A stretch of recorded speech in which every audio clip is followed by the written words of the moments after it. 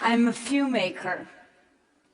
For the last 80 years, I have dedicated my life to documenting the work of Israelis and Palestinians who are trying to end the conflict using peaceful means.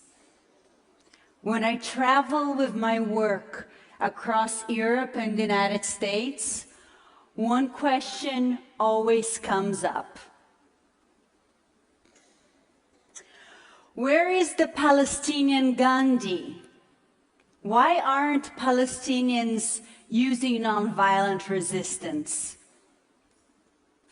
The challenge I face when I hear this question is that often I have just returned from the Middle East, where I spent my time filming dozens of Palestinians who are using nonviolence to defend their lands and water resources from Israeli soldiers and settlers. These leaders are trying to forge a massive national nonviolent movement to end the occupation and build peace in the region. Yet most of you have probably never heard about them.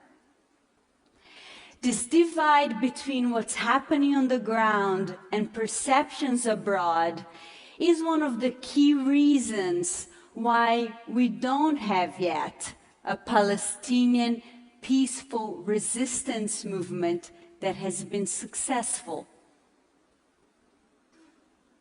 So I'm here today to talk about the power of attention, the power of your attention, in the emergence and development of nonviolent movements in the West Bank, Gaza, and elsewhere. But today, my case study is going to be Palestine.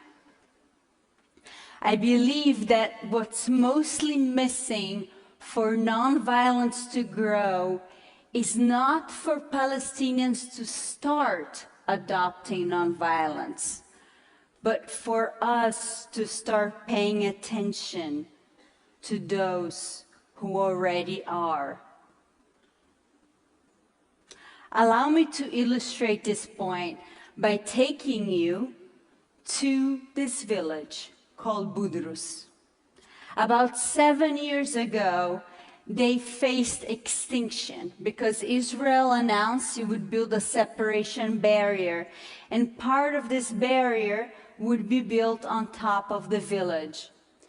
They would lose 40% of their land and be surrounded, so they would lose free access to the rest of the West Bank.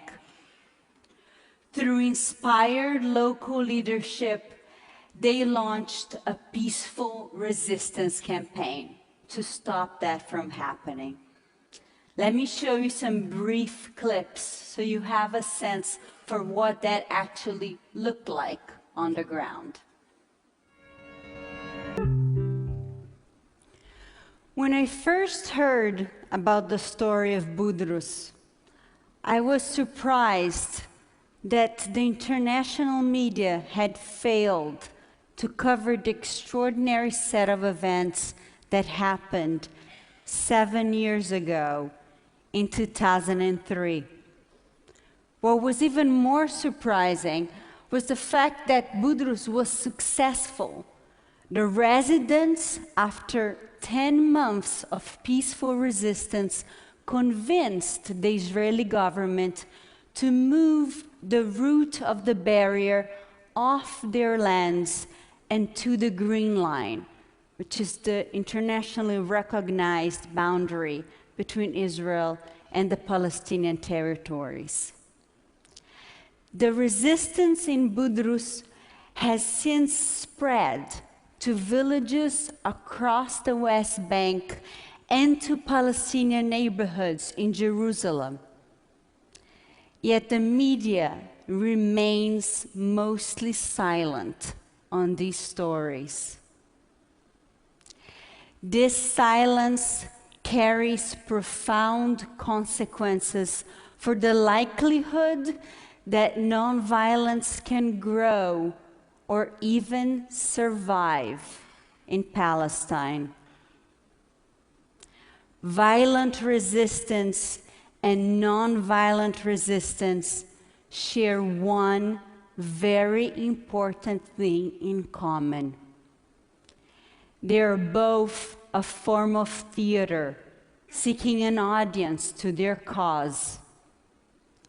If violent actors are the only ones constantly getting front page cover and attracting international attention to the Palestinian issue, it becomes very hard for nonviolent leaders to make the case to their communities that civil disobedience is a viable option in addressing their plight.